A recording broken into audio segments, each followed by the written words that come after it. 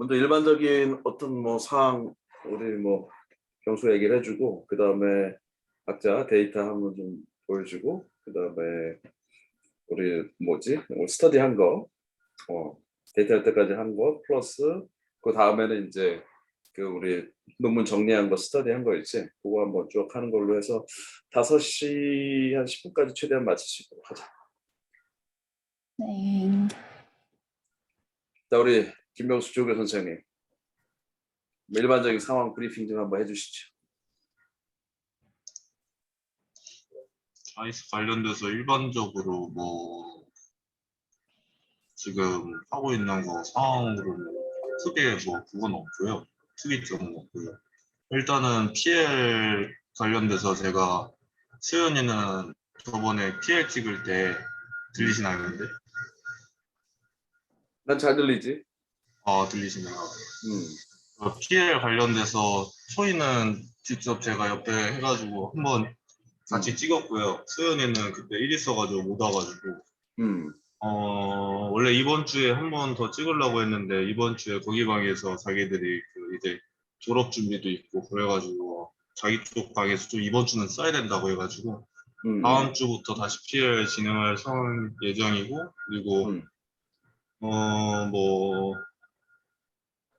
일단은 그렇게 진행될 상황이고 뭐 자이스 관해가지고 일반적으로 뭐 얘기 드릴 건 없습니다. ITO는 좀 있는데 자이스는 아직. 자이스 PL 찍는 거는 그냥 그 거기 뭐지 거기서 찍되 초이랑 그 수연이랑 시간이 겹치면 초이가 그 김철 교수님 방에 가서 김철 교수님 방에서 초이랑 그러니까 수연이랑 같이 동일하니까 이게 어떻게 되는지 한번 그 뭐 내가 얘기해놓을 보고서 한번 병수가 좀 어레인지 한번 해보고 문제 생기면 나한테 얘기하고 똑같은 기종이 있는데 별로 이제 안 좋은 게 있어요. 그래서 한번 찍어보고 그 결과가 인텐시티가 좀 작게 나와 그게. 그래서 지금 상태가 어떤지 한번 보고 그 다음에 뭐 수연이는 초이도 그렇고 수연이도 그렇고 거기서 이렇게 한 번씩 연습하면서 찍어보는 거는 오케이. 똑같이 나오면 그걸로 계속 찍으면 되고. 네. 제가 착각했어요. 수연이도 그때 있었어요. 맨 처음 필 찍을 때. PL 찍을 때 있었어? 그래서 네네. 그러면은 네, 저 같이 찍었어요. 순간적으로 착각했어요. 그걸로 같이 그 뭐지 그러면은 그 본인 샘플 가지고 한번 연습을 한번 해봐. 연습을 스스로 찍는 연습을 한번 해봐봐. 병수 그 뭐지 그 조교 그거 없이 자기가 직접 찍는 거랑 찍는 거랑 이거 좀 다르거든. 그래서 파라미터도 좀 바꿔보고 인텐시티가 충분히 안 나오고 왜 안 나오는지도 좀 체크 한번 해보고. 그래서 이게 완전히 익숙하게 된 다음에 숙달된 다음에 시간이 됐을 때는 이제 짧은 시간에 많은 걸 쫙 다 찍을 수가 있어서 되게 효율적으로 찍을 수 있는데 이거를 뭐 남의 거 잡고서는 뭐 이거 하나 방법 하나하나 다 해보고 이거 하나 다 해보고 그러면은 시간은 시간대로 들고 우리가 뭐 얻는 거는 좀 그렇게 되니까 사실 좀 비효율적으로 좀 될 수 있거든. 이를테면 남의 기기 쓴다든지 아니면 좀 괜찮은 기기를 좀 쓰기 위해서는 그렇게 우리가 숙달될 거는 숙달되게 할 수 있는 한에서는 숙달되게 해서 짧은 시간 내에 좋은 데이터를 빨리빨리 얻는 게 좋지. 어차피 그쪽도 뭐 얘기했듯이 사실은 자기네 기기이기 때문에 우리가 졸업준비위해서 이렇게 쓴다고 하면 사실은 우선권은 그쪽이거든. 그래서 그걸 이렇게 잘 활용하면 좋을 것 같아요. 그래서 김철 교수님 방에 똑같은 기종이 있으니까 시간 될 때 가서 좀 한번 찍어보고 연습 한번 해보고 패턴이 어떻게 나타나는지도 한번 보고 그 다음에 이게 파라미터 조정 두 개가 달라가지고 이게 좀 인텐시티가 적게 나오는 건지 뭐 그런 것도 한번 좀 체크를 한번 해보고 그래서 익숙하게 하면 너무너무 좋을 것 같아. 특히 플로리미터는 굉장히 유용한 기기 중에 하나이기 때문에 익숙하게 잘 찍는 방법을 익숙하게 해놓으면 굉장히 유용하고 내용이 어떤 건지 파악하는 것도 되게 중요하고 하니까 이번 기회에 좀 익숙하게 해놓으면 좋겠다. 자, 알겠지? 자, 이 메모는 누가 하니? 초이가 했었나 계속? 오늘은 제가 할게요. 그래 뭐 수연이나 초이 아무나 둘 중에서 이렇게 좀 맡아가지고 번갈아 가면서 하든지 뭐 이렇게 하면 될 것 같아. 자, 그 이슈 이외에는 뭐 특별히 없어?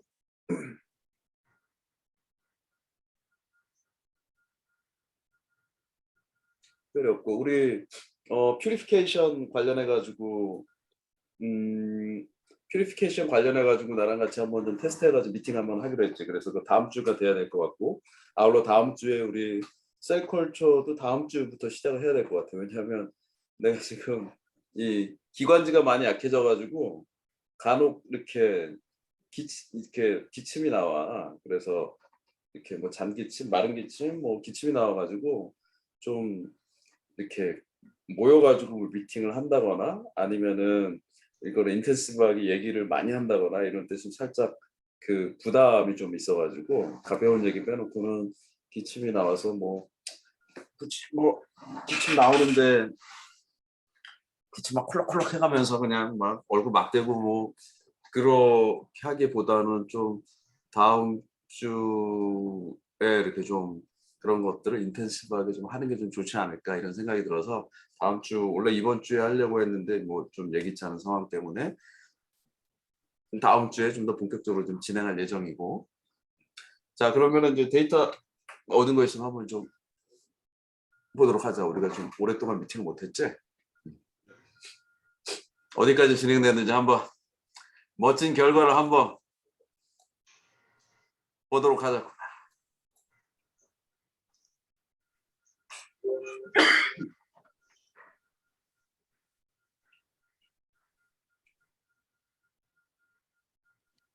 저부터 할게요.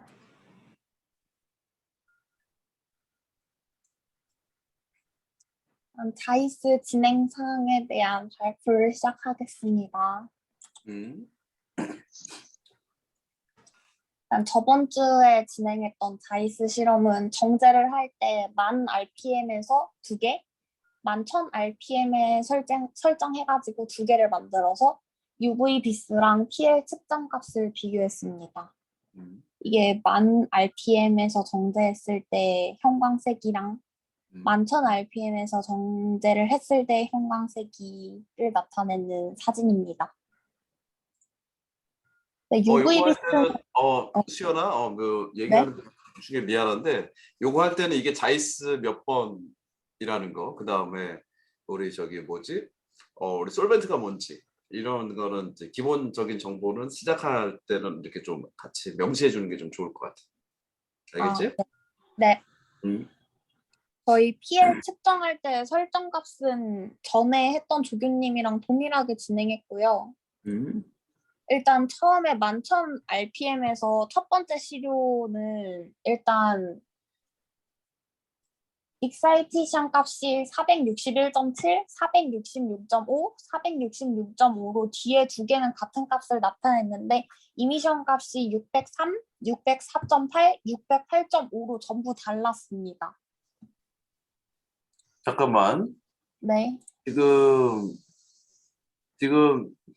네. 지금 이게 데이터 전부 찍는 거 아니라는 거 알지? 지금 이거는 뭐냐면 네. 요거 하나만 찍은 거니 혹시? 뒤에 또 있어? 아니요, 4개 다 찍었어요. 그래서 지금 그러니까 내가 이게 어떤 원리에서 얘네들이 이걸 제공하는지는 정확히 잘 모르겠으나 지금 요 앞부분에 지금 보면 내 화살표 보이니? 화살표요? 내거 아니요. 화살표 보여? 안 보여? 아니요, 안 보여요. 네, 안 보여요. 이거를 어떻게 보이게 할 수 있을까? 그러니까 이걸 지금 네. 여기에 보면은 픽이 이렇게 쭉 올라가다가 제로로 확 떨어지지. 네. 그다음에 600쯤에서 픽이 또 올라오지. 네. 픽이 올라오지.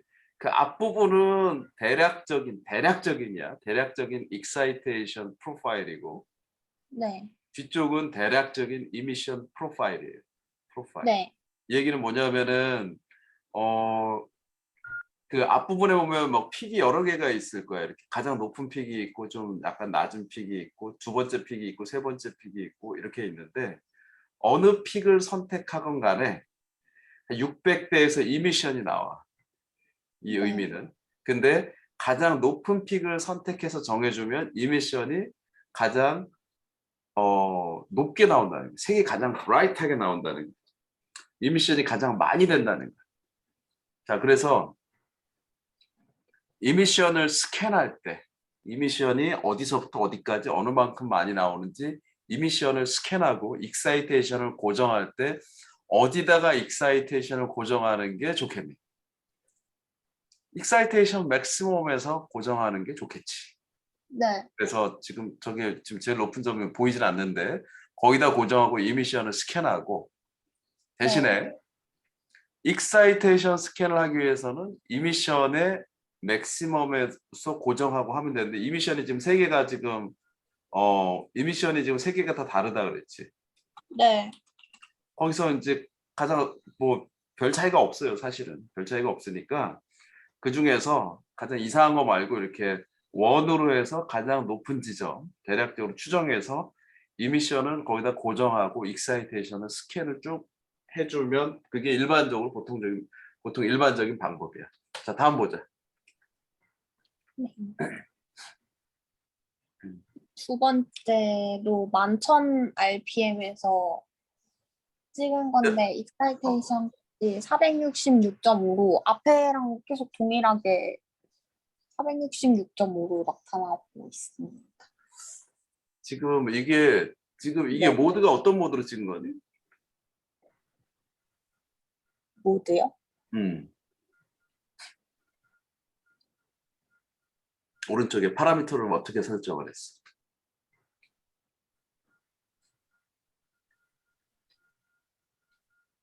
다음 넘겨봐봐 그냥. 다음이요? 쭉쭉 슬라이드 쭉쭉 넘겨봐봐. 네. 이거 다 잘못 찍은 거거든?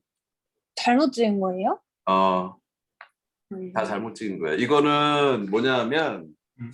내가 얘기했듯이 이거는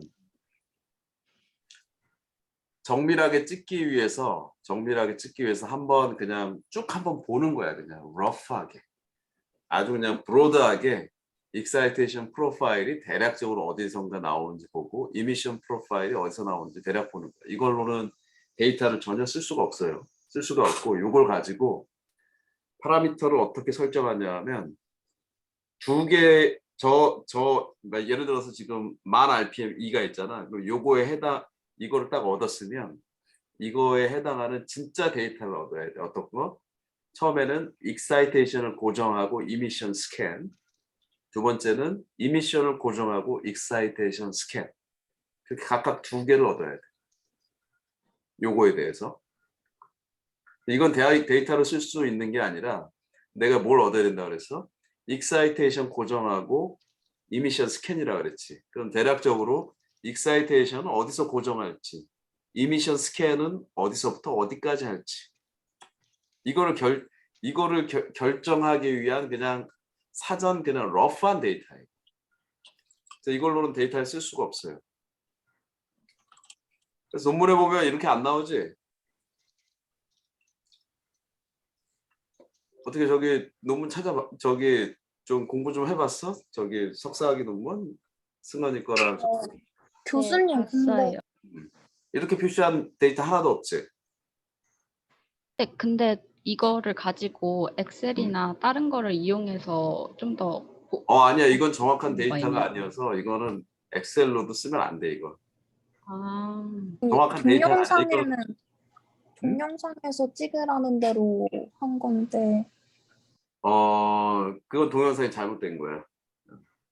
잘못된 아. 거고, 요걸 가지고 어떤 정보를 얻어내야 되냐면 첫 번째, 이걸 가지고 너희들이 데이터를 얻기 위해서 첫 번째, 익사이테이션, 이미션 스캔을 위한 익사이테이션 파장을 정해야 되고, 이미션 스캔을 어디서부터 어디까지 대략적으로 할 건지를 정해야 돼.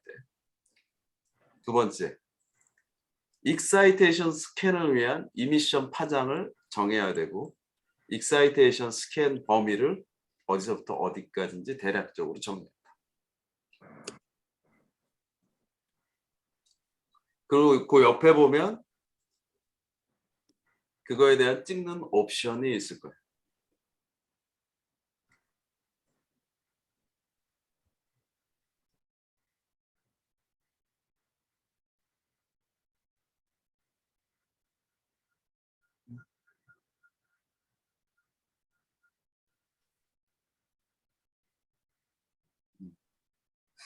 그리고 이거는 지금 익사이테이션 레인지랑 이미션 레인지랑 지금 어느 정도 범위가 떨어져 있어서 그런데 어떤 것들은 저게 이제 겹쳐요. 예를 들어서 그래서 이미션이 이렇게 앞으로 당겨지는 게 있어. 그린 이미션이라든지 블루 이미션이라든지 저기 겹쳐버린다고. 그러면 익사이테이션을 고정을 하고 익사이테이션은 고파장으로 빛을 준다는 거야. 익사이테이션을 고정하고 이미션을 스캔한다는 거는 그 특정 파장에 빛을 보내고 그 다음에 특정 파장의 시작부터 끝 지점에 디텍터의 문을 열어서 플로레센스가 나오면 이미션 되는 빛을 하나하나 받는다는 거거든. 빛을 받아야 되는데 익사이테이션이 이미션 스캔 범위 안에 들어와 버리면 예를 들어서 익사이테이션이 500인데 이미션이 450에서 만약 600이다. 그럼 어떻게 돼? 익사이테이션의 이미션의 그 빛을 받는 걸 열어버리는 거지. 이건 뭐냐면은 우리 시료의 빛만 받는 게 아니라 광원의 빛, 익사이테이션 시켜야 되는 광원의 빛까지 받게 되지. 그러면 디텍터가 타버려. 디텍터가 타. 그러면 어떻게 돼? 한 1000만 원 물어줘야 되는 거야. 쓸 수가 없어. 그래서 플로레센스는 되게 주의를 요하는 실험이에요. 왜냐하면 저 설정을 잘못해버리면 기기가 망가지거나 디텍터가 타거나 하기 때문에 익사이테이션 되는 시키는 빛, 즉 광원의 웨이블랭스가 광원의 빛이 직접적으로 디텍터에 들어가지 않도록 해야 돼. 범위를 그렇게 정해줘야 돼.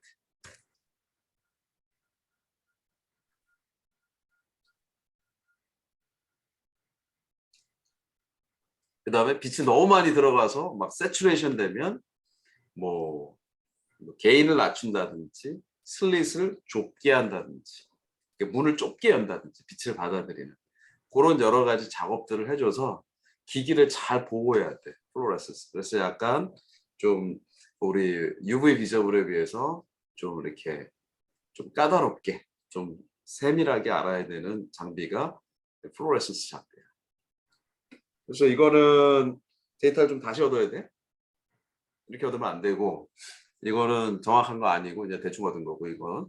그래서 얘기했다시피 왼쪽 그러니까 노란색 선을 보면 노란색 그러니까 왼쪽에 노란색 뭐 여기 초록색 고고 그치 그런 거. 그래서 제일 높은 지점 오른쪽에 있지. 그치 대략적인 그 지점에서 그 웨이블랭스를 파악을 하고 그 다음에 그치 거기서 범위가 대략 보이지. 범위가 대략 보이는데 보통은 우리가 어떻게 많이 해주냐면 익사이테이션이 지금 얼마니? 저기 익사이테이션 466.5요. 466.5면 우리가 보통 어떤 식으로 해주냐면 466.5 오늘 대략 460이라고 생각해보자. 465 정도 생각해보자. 그러면 이미션 스캔 범위는 보통 저거는 이제 범위가 대략 나오는데 보통 어떻게 하냐면 465에서 15 나노미터 정도 떨어뜨려 파장을. 그럼 465 더하기 10은 얼마야? 475요. 15. 15요. 480. 그래서 보통은 400 거기서 15를 더해서 480부터 800까지 스캔을 해줘. 그럼 그 범위 안에 465가 안 들어오지. 그 다음에 저 광원이 굉장히 강해서 그 400 우리가 너무 가까이 해주면 얘가 막 빛이 막 너무 강하니까 막 스캐터링 돼가지고 막 반사되고 막 이래가지고 막 디텍터로 막 들어올 수도 있거든. 그래서 보통 한 15 나노미터 정도 거리를 띄워서 스캔을 하면 그 광원의 어떤 그런 효과들을 좀 피할 수가 있다. 그래서 보통은 그렇게 해줘요. 근데 저희 측정할 때 그렇게 했는데요. 최고 피크 찾은 다음에 네? 들리시나요? 스펙트라가 이렇게 안 나오잖아. 그게 스펙트라를 저렇게 해가지고 같이 겹친 거야 그러면? 겹쳐서 그렇게 보이는 거지? 저게 한 번에 찍은 게 아니라요. 이미 그러니까 오케이. EX 찍고 EM 찍고 EX 찍고 EM 찍고 해가지고 왼쪽은 이렇게 하고 오른쪽은 EM 이렇게 찍는 거예요. 무슨 말인지 알았어. 제가 좀 오해를 했어요. 뭘 오해했냐면 저거는 따로 찍어가지고 디스플레이만 같이 해줬다라는 거지? 네네. 오케이, 굿. 그러면 뭐 오케이, 괜찮고 이거 말고 네. 거기 내 기억으로는 뭐 제로 오더 뭐 이런 게 있을 거야. EM 제로 오더로 맨 처음에 찍었습니다. 네. 그래서 그래서 네. 제로 오더로 찍고 그걸로 내가 얘기하는 그걸로 익사이테이션 파장과 이미션의 범위를 대략적으로 예측해가지고 네. 익사이테이션 파장을 정하고 그 다음에 이미션 파장 범위는 거기서부터 15나노미터 정도 떨어뜨려서 800까지. 그 다음에 이미션도 이미션 파장을 정하고 익사이테이션은 그 뭐 예를 들어서 뭐 이미션 파장이 뭐 600이다. 그러면 그 앞으로 떨어뜨려서 뭐 네네. 300부터 뭐 540까지 이렇게. 그래서 요거는 각각 따로따로 얻은 건데 디스플레이만 같이 한 거니까 요건 데이터로 써도 괜찮을 것 같아요. 네네. 지로 오더가 아니면 오케이. 굿. 그래서 어떻게 나왔니? 기존의 데이터랑 비교해 보면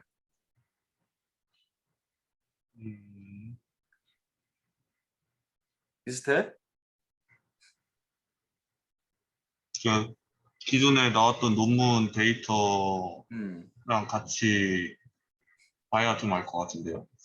그래서 뭘 이제 비교해 봐서 그게 어느 정도 차이가 나는지 좀 맨 처음에는 그걸 한번 비교를 한번 해보고 그다음에 두 번째는 지금 이걸 뭐 여러 번 수연이도 해보고 초이도 해보고 그다음에 수연이도 뭐 수연이나 초이가 이걸 같은 거를 뭐 한 3번 정도 해본다. 그러면 같은 시료를 가지고 어느 정도가 차이가 나는지 똑같은 건데 수연이와 초이는 어느 정도 차이가 나는지 이 비교를 한번 해야 돼. 그다음에 그 앞으로 넘어가면 좀 어떤 거 하나는 좀 다르던데 그 앞에 거. 이거는 왜 이렇게 그거는 차이가 나? 이거는 좀 이상해요. 피크가. 요거는 그 샘플 자체가 뭐 문제가 있는 건지 모르겠는데 그래서 요거는 요건 데이터로 못 보고서는 그래서 요건 쓰기 힘들지만 일단은 뭐 노트가 있으면 좀 붙여놓고 왜 요거를 이렇게 좀 차이가 날지 정제 과정에서 좀 문제가 있어서 그런지 아니면 합성 과정에서 좀 문제가 있는지를 한번 이렇게 왜 이게 됐을까라고 물론 추정이 안 될 수도 있지만 한번 생각 좀 한번 해보고 또 왜 이런 게 발생했는지 한번 추정을 한번 해볼 필요가 있지. 그래야지 계속 이렇게 재현성 있게 나오고 그 다음에 어떤 시료는 왜 인텐시티가 높고 어떤 시료는 인텐시티가 낮은지 아니면은 그냥 두 개 비교해가지고 저렇게 보이는 건지 그래서 인텐시티가 만약에 차이가 좀 많이 나면 뭐 정제 과정에서 어떤 문제가 있었는지 뭐 아니면 어떤 다른 요인이 있을 것인지에 대해서도 첫 번째는 웨이블랭스 변화 차이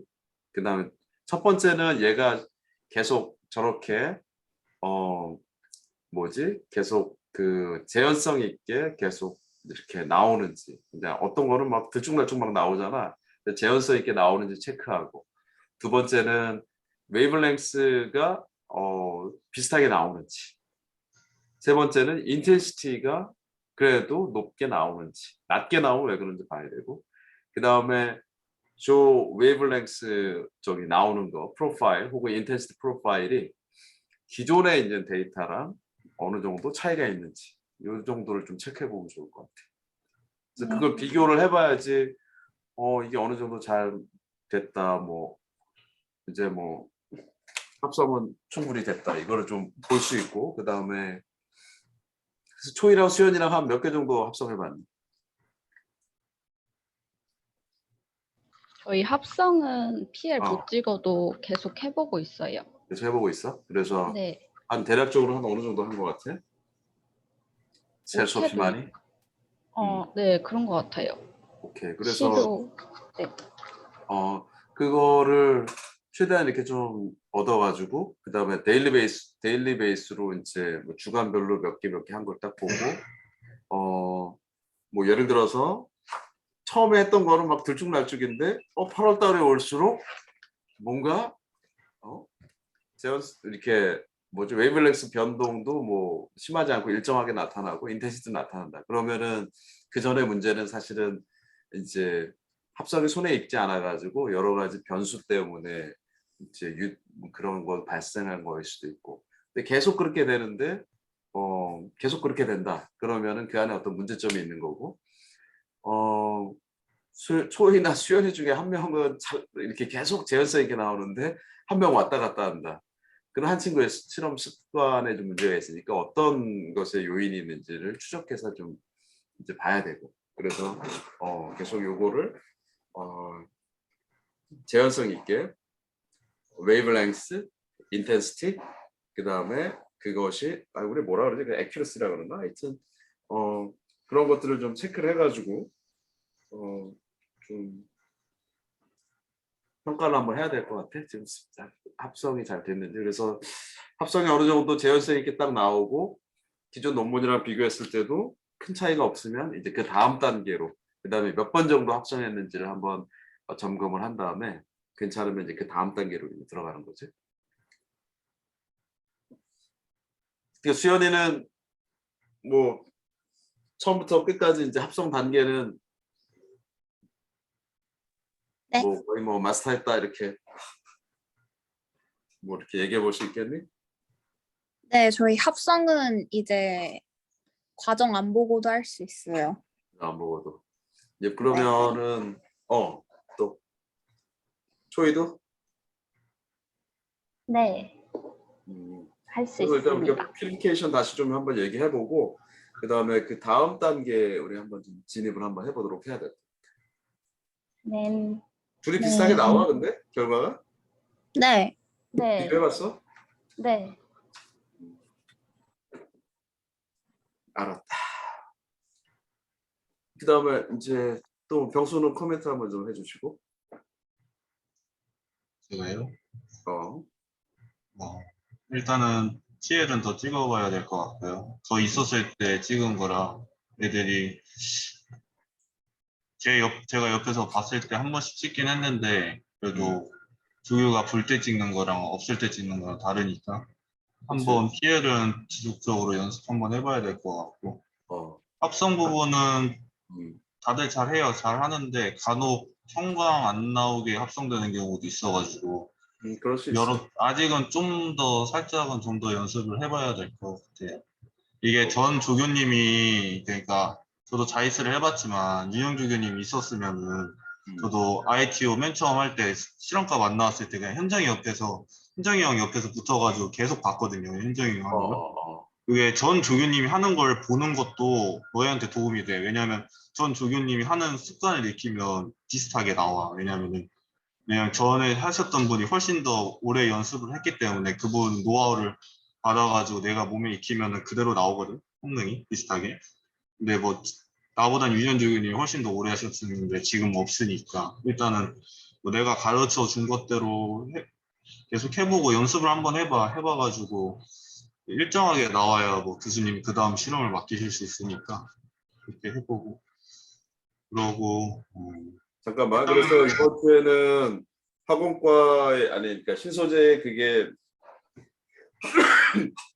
신소재의 기기가 이제 시간적 여분이 좀 없다 하더라도 김철 교수님 연구실에 그걸로 수연이와 초이가 이제 자체적으로 좀 병수가 좀 어레인지 좀 해줘서 제가 어레인지 연습을 충분히 좀 하는 거를 일단 목표로 삼고 두 번째는 다음 주에는 이제 그 뭐지 우리 요거 연습 플러스 이제 퓨리피케이션 우리 전략을 한번 좀 세워서 좀 안정적으로 좀 얘의 그 분리정제에 좀 최적화시킬 수 있는 용매 조합을 한번 찾아보도록 하자.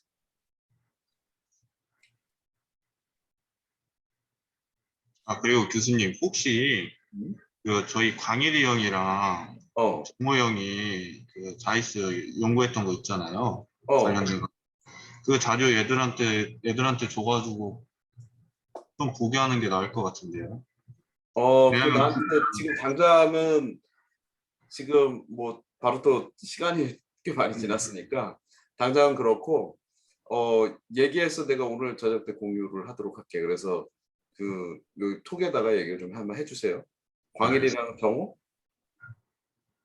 강일이 형이랑 정호 형이요. 그때 그 RPM이랑 해가지고 그분들이 실험한 거 데이터 해가지고 아마 최적 용매는 아니어도 RPM이랑 그런 거 전 주교님이 했던 거보다도 좀 더 최적화를 해서 했던 걸로 기억하거든요. 그 중에서 그러니까 그게 그 용매 조합이야 아니면은 뭐야? 용매 조합은 아니고 아마 RPM이랑 다른 거 몇 가지만 조정해서 했던 걸로 기억해요. 내가 용매 비율을 바꾼 적은 있는 것 같은데 조성 자체를 바꾸진 않았었어요. 그 전체적인 걸 다 보내줄 테니까 한번 거기서 좀 찾아봐야 될 것 같아. 아, 네, 근데 알겠습니다. 다 찾기에는 네네. sorry 시간. 제가 한번 찾아보겠습니다.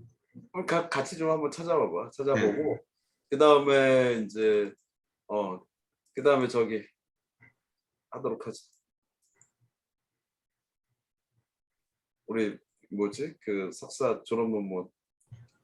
교수님, 어? 저 궁금한 게 있는데요. 에? 저희 그 UV 측정하잖아요. 어?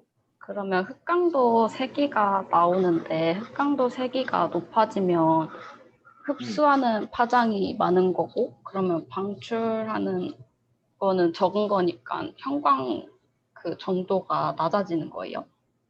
아니면 UV랑은 상관이 없어요?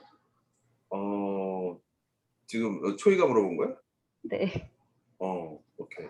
지금 좀 살짝 좀 다르게 이제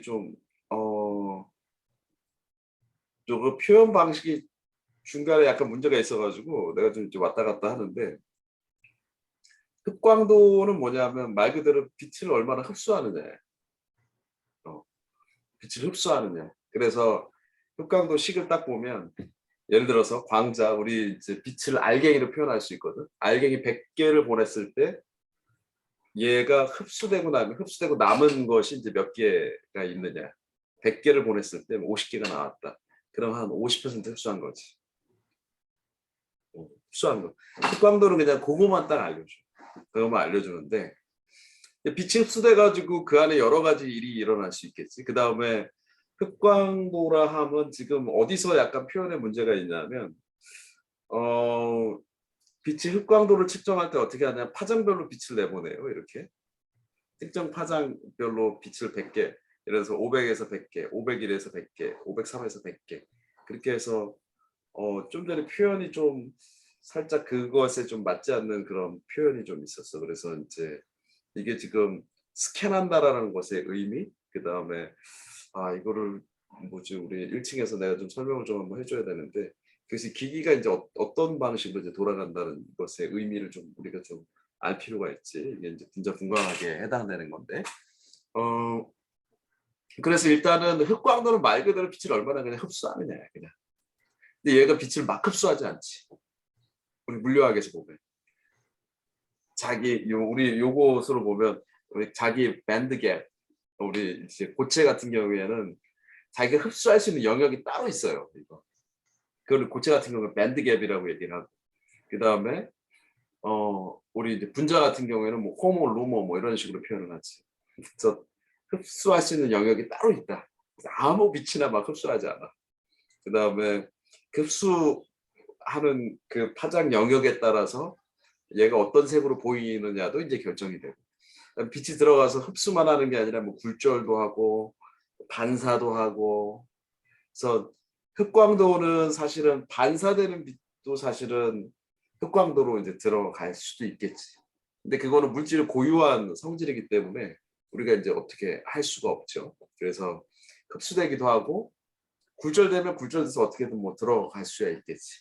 반사되기도 하고 그 다음에 우리 스캐터링 산란되기도 하고 그래서 이걸 빛을 약하게 해서 산란되는 걸 가급적 약화시키는 거고 그래서 최대한 어떤 흡수되는 것을 이제 보려고 하는 거고 그다음에 흑광도랑 비슷한 개념으로 이제 투과도가 있어요. 투과도 비슷한 거야. 어떻게 표현하는 방식 그 차이야. 그래서 그거는 그거만 딱 나타내. 근데 형광에 빛이 흡수돼서 그 안에서 흡수된 빛이 흡수됐다고 치자고. 산란은 나중에 생각하고 굴절은 생각하지 말고 일단 빛이 흡수됐어. 이건 뭐냐면 에너지가 들어온 거야. 우리 몸에 에너지가 들어오면 뭐 여러 가지 다양한 형태가 가지고 운동을 한다든지 열을 낸다든지 아니면 이 안에서 그 에너지를 어떻게든 뭐 갖고 있는다든지 여러 가지가 있는데 그 중에서 플로레센스는 뭐냐면 빛을 흡수를 했어. 빛을 흡수를 했으면 보통 이제 두 가지 형태로 분자는 그걸 가지고 활동을 해요. 어떤 활동을 하냐면 첫 번째는 그 빛이 흡수된 걸 가지고 얘가 그 에너지가 굉장히 큰 거기 때문에 혼자만 그냥 가지고 있는 게 아니라 그 안에 있는 자기가 가지고 있는 어떤 특정의 어떤 파장의 빛을 내 전자를 그치 전자를 그 에너지만큼 그 들뜬 상태로 올려버려요. 밴드갭에서는 밴드갭 이론으로는 고체 같은 밴드갭 이론은 컨덕션 밴드로 올려버려 이렇게. 컨덕션 그러니까 밸런스 밴드는 우리 저기 그라운드 스테이시랑 똑같고 컨덕션 밴드는 위로 올라가는데 다만 이제 밴드갭에서는 그게 이제 전선이랑 연결되면 전자 그냥 흘러버리지 이렇게. 전기가 통해버리지.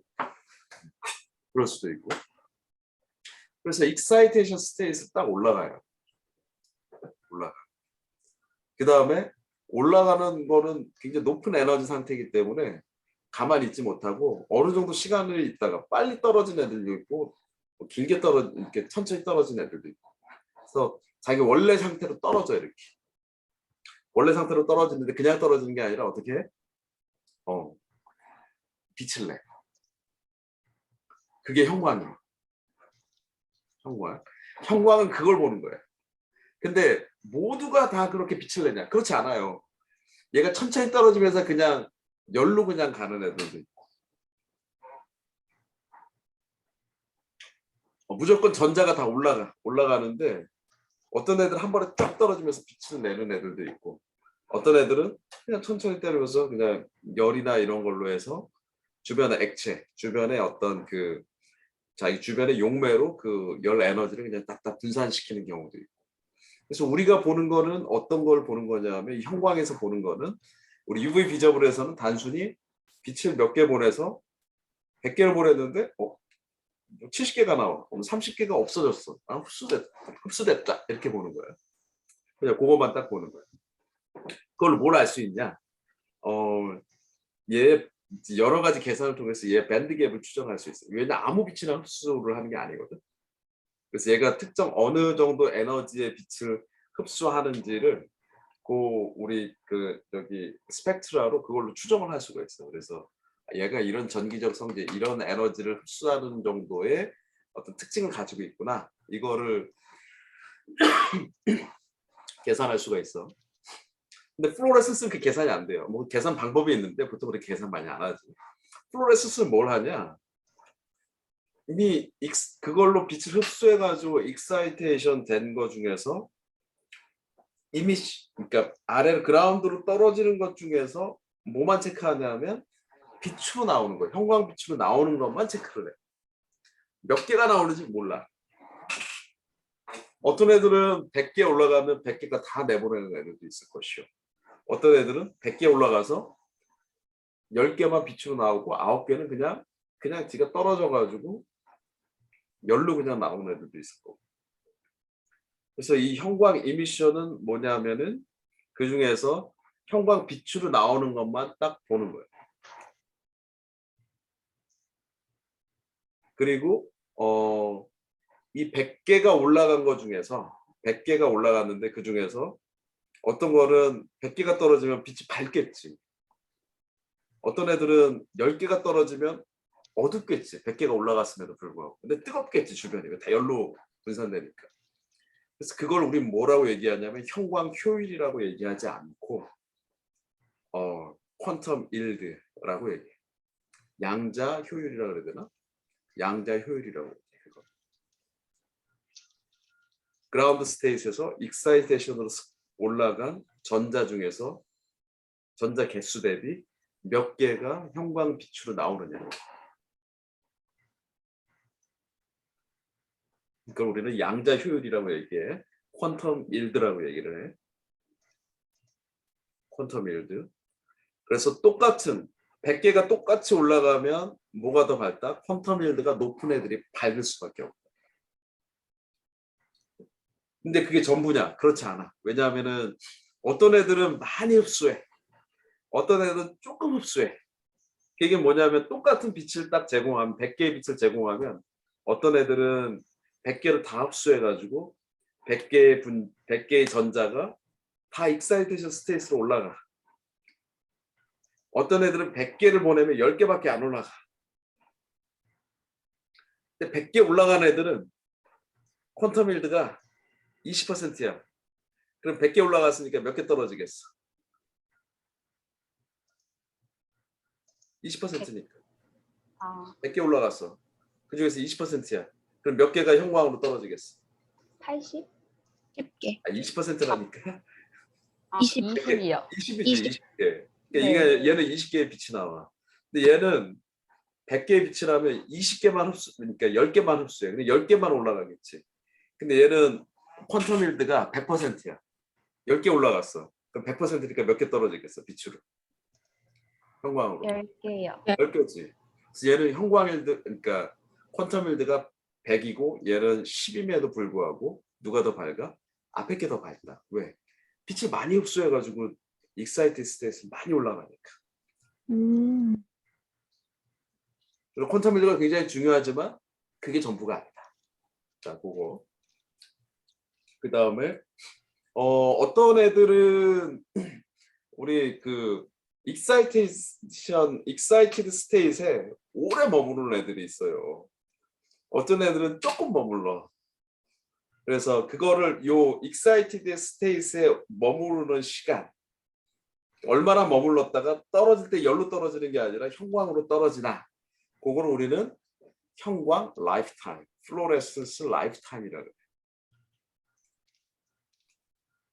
그리고 라이프타임이 길수록 오래 머무를수록 밝아요. 그래서 퀀텀 다시 보통 50 나노세컨에서 한 150 나노세컨까지 되는 것 같아요. 어떤 건 200 나노세컨. 길면 길수록 더 밝아. 근데 그거와 대별되는 형광 다이는 어느 정도 되냐면 1에서 3 나노세컨. 그래서 빛이 되게 약해. 그거를 우리 플로레센스 라이프타임이라고 얘기합니다. 다양한 분광학과 형광의 세계가 있단다. 내 방에 책이 많은데 우리 그런 걸 다 굳이 말 필요 있겠어? 밝다 안 밝다 이런 거만 하면 되지, 그렇지? 그래서 요거는 기본적으로 특히 이제 왜 이게 플로레센스가 어떻게 작동되는지, 그다음 빛의 파장, 그다음에 기기가 빛의 파장에 따라서 걸러주는 거, 이거는 모노크로미터라고 얘기를 하고, 그다음에 그레이터라고 얘기하는데 특정 파장만 내보내주기, 그 우리 시료로 보내주기 위해서 이렇게 약간 블락을 쳐가지고 특정 파장 블락만 탁탁탁 내보내주는 거, 그런 굉장히 이제 중요한 역할을 한다는 거 얘기해주고, 그래서 스캐닝이 의미하는 거는 그 파장을 계속 탁탁탁탁 바꿔주는 거예요. 그래서 이 스캐닝 하다 보면 뭐가 소리 나지? 안 나나? 우리 거는? 그게 이제 나요. 파장대를 이렇게 얘가 돌아가면서 바꿔주는 거예요. 그런 기기 같은 거, 원리 이런 걸 좀 알아야 되고, 그 다음에 그 익사이테이션, 이미션 스캔이 의미하는 것도 알아야 되고, 그 다음에 특정 파장을 고정을 해가지고 다른 어떤 실험에 다양한 얘를 변형시켜가지고 어떤 실험을 할 수 있는지, 요걸 원리를 알게 되면 그 뒤에를 굉장히 다양하게 변형을 해가지고 우리가 원하는 데이터를 혹은 현상들을 얻을 수가 있어요. 플로레센스 굉장히, 형광하면 플로레센스는 거의 중요하다. 많이 중요하다. 플로레스 세계는 무궁무진한데 좀 어려운 거 대비 좀 돈이 좀 덜 돼가지고.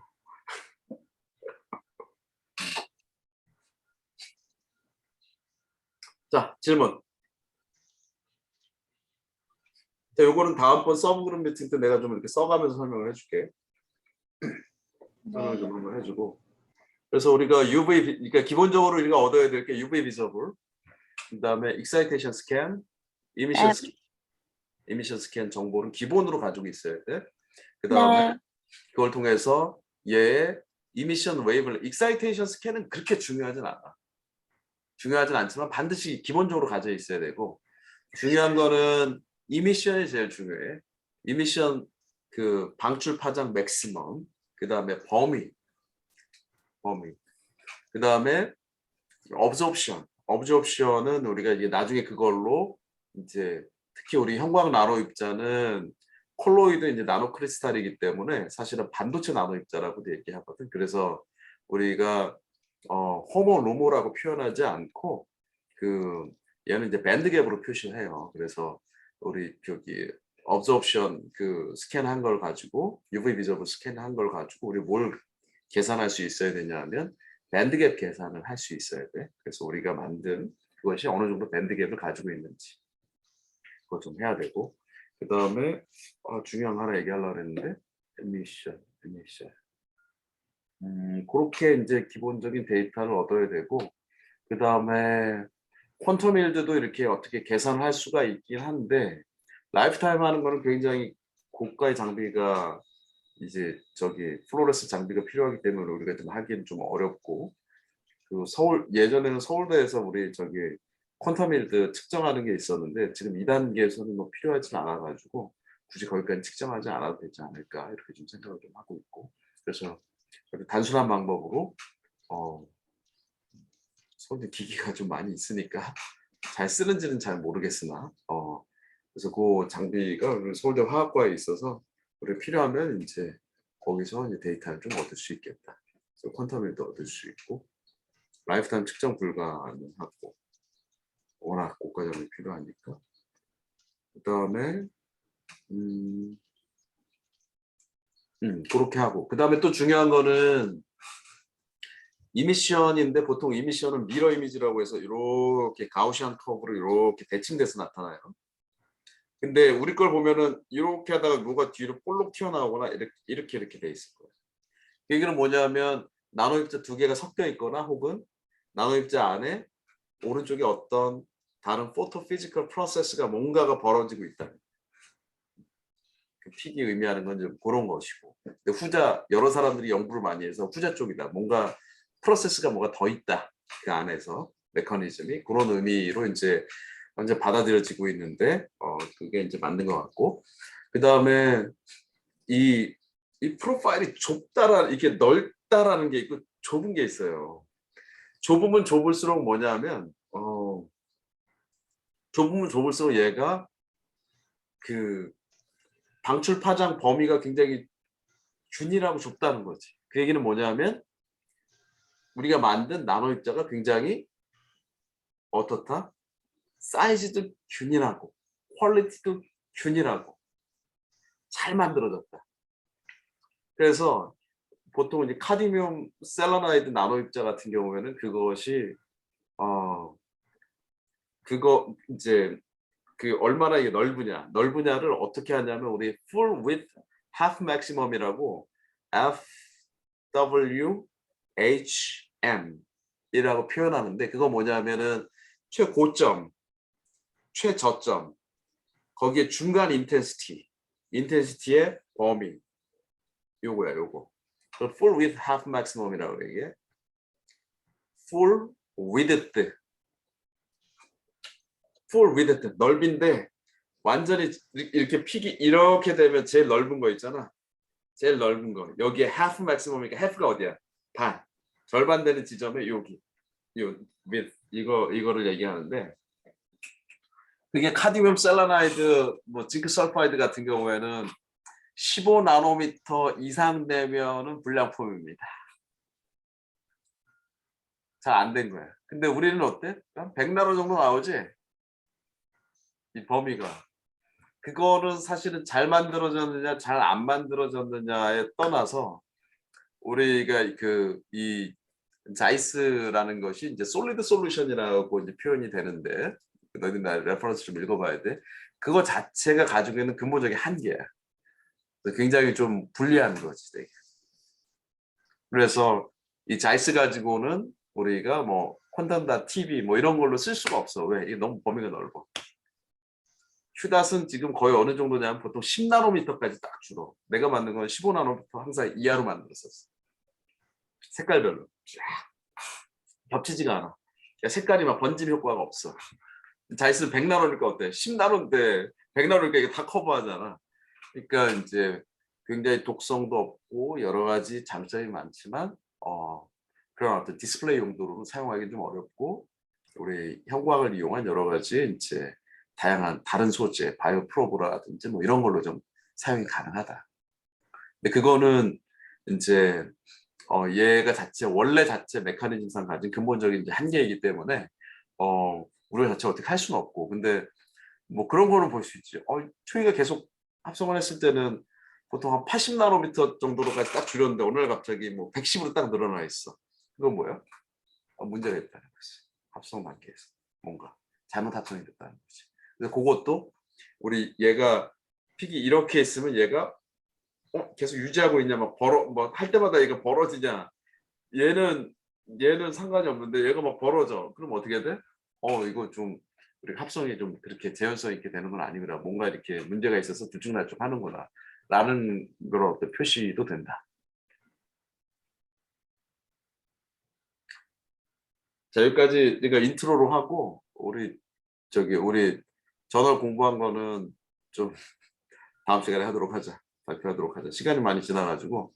그래서 요거는 뒷부분은 내가 이제 대략적으로 플로레센스와 나노입자의 특징 뭐 이런 것들 뭐 해줬는데 한 명이 좀 요약을 해가지고 수연이랑 초이 좀 공유를 하고 그다음에 우리 뭐 병수 우리 조교 선생님도 이거 공부한 지 오래됐을 테니까 한번 네.